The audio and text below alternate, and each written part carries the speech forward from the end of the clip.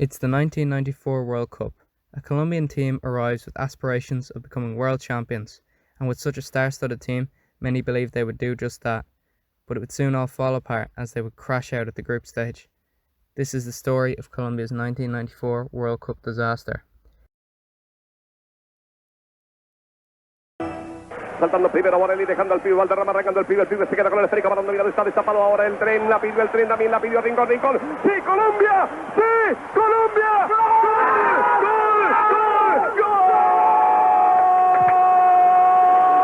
There was no denying that Colombia had a very strong team in 1994. Freddy Rincon, Faustino Esparilla and Carlos Valderrama were just some of the Colombian superstars on the plane to the US in 94. And they didn't just have superstars, they had results as well. They had one loss in their last 26 games and had conceded just 2 goals in World Cup qualifying. Most impressively, they had hammered Argentina 5-0 in Buenos Aires to qualify, playing so well that even the Argentinian fans gave them a standing ovation. There was no denying Colombia were among the favourites, with even Pelé predicting them to win. Estamos al Mundial.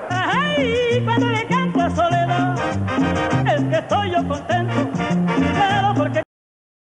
Obras que está entregando Visual Marcha y el señor Pablo Escobar Gaviria, con la presencia de las principales autoridades de esta localidad y la actuación del cuadro Atlético Nacional. Un saludo muy especial para todos los deportistas. ¡Viva Pablo Escobar Gaviria! In Colombia in the 80s and 90s, the cartel ran everything.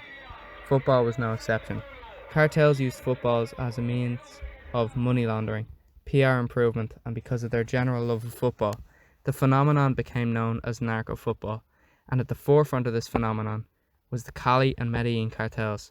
The Cali cartel poured millions into America de Cali. They were elevated from relatively unknown to Colombian League champions for 5 years straight. The Medellin cartel, led by Pablo Escobar, did the same with Atlético Nacional, but instead of investing in foreign superstars, he invested in youth facilities and homegrown talent. This slow build-up would lead to them becoming the first Colombian South American champions when they claimed the Copa Libertadores in 1989. The cartel investment in football improved Colombian football exponentially and was the main factor in creating Colombia's golden generation. And fear in Colombia tonight. The Colombian drug barons, thought to be fleeing their government's crackdown, have made their presence felt with startling ferocity, declaring total war. NBC's Brian Ross is there. Colombia's drug bosses struck back today, bombing and burning buildings and homes in Medellin, a stronghold of the drug cartel where troops this week carried out dozens of raids. Despite Colombia's success in football, it was a dark time for Colombia. The government's ruthless campaign to destroy these drug cartels resulted in a violent war. In retaliation for this war, a brutal campaign of narco-terrorism was launched against opposition to the cartel and innocent civilians. Even government officials, and worst of all, children, were targeted. Assassination, kidnapping and bombing became common in Colombia at the time. Many probably hoped football could lift Colombian spirits during this dark time. There was even more room for optimism after the World Cup draw. Colombia had been handed a great draw. The hosts, the USA, were the dream first seed, especially considering the other seed 1 teams included the likes of Germany and Brazil. Switzerland and Romania were also drawn. Romania were a strong team, with legend Gheorghe Hagi as their talisman, but Colombia were still the superior outfit, and Switzerland were nowhere near Colombia's quality. Colombia were expected to walk the group. On June 18th, 90,000 fans packed into the Rose Bowl in Pasadena, California. Colombia were to face Romania in their opening game of the tournament. Colombia started off well, showing off their superior talent to the world. However, against the run of play, Romania scored on their first attack of the match in the 16th minute. It was a fantastic goal, with the Romanian striker beating 2 defenders before driving a low shot past the keeper. Colombia still did have 75 minutes to save the game and continued to push for the equaliser, utilising their impressive skill, but on the half-hour mark, Hagi noticed, while he was winding up for a cross, that the Colombian goalkeeper was off his line and decided to lob a shot over his head and into the net to score one of the best goals of the tournament.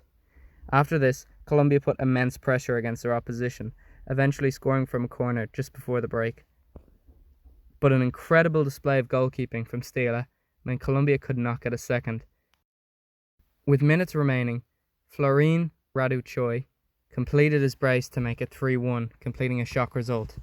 Match reports say the Colombians looked edgy and unfocused, probably due to the events going on around them, and to make matters worse, they were in danger of being knocked out.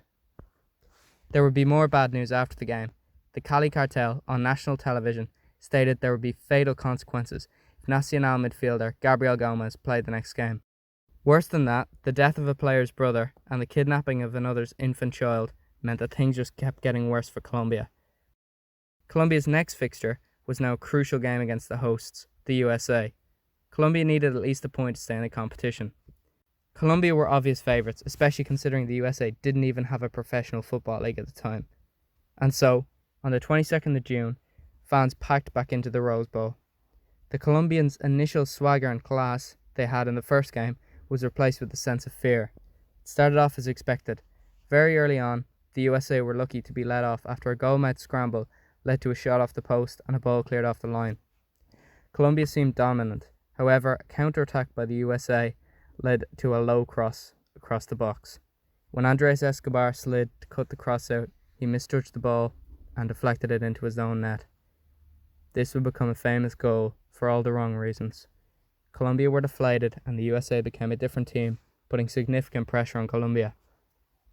It was only a matter of time before a well-placed through ball and finish led to a 2-0 US lead. They continued to show passion and determination, while growing in confidence, hardly giving Colombia any decent chances. A late rebound goal by Colombia would not be enough, as the game finished 2-1 to the underdogs, the USA. Colombian football was in tatters.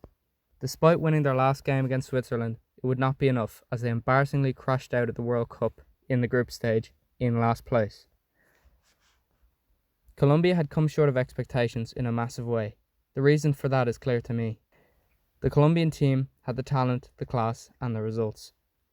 But the true irony of the situation is that the cartels who had brought them to the World Cup, with all of their investment into football, had led to their downfall. The players feared for their lives when they played against the USA. The players knew their friends, family, and themselves were in real danger. They couldn't think straight and therefore performed poorly. If the Cali cartel had not announced possible fatal consequences for player and staff, then who knows what could have happened. It was at 3:30 a.m. in front of this restaurant. 27-year-old Andreas Escobar got into his car. He was surrounded and shot 12 times and killed. Unfortunately, the player who scored the own goal against the USA, Andreas Escobar, was tragically shot dead outside a Medellin nightclub 6 days after their World Cup exit. The gunman yelling "goal" at each pull of the trigger. It is suspected it was a killing from a cartel who had lost a lot of money betting on the USA-Colombia game. This was made more tragic by the fact that Escobar had nearly completed a move to Italian giants and Champions League winners AC Milan. Justice was not done for this needless killing.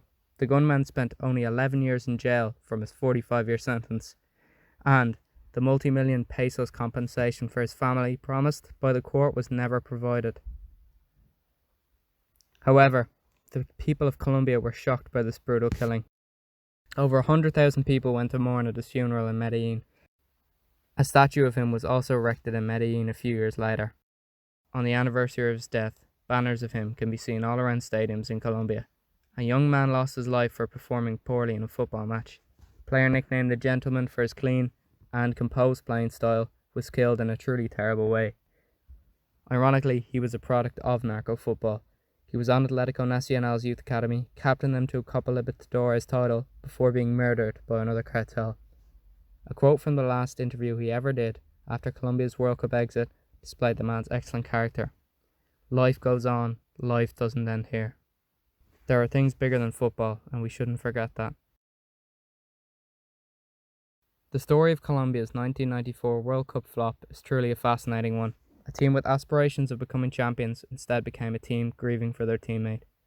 It was a golden generation built on the shoulders of cartels just to be brought down by the same thing.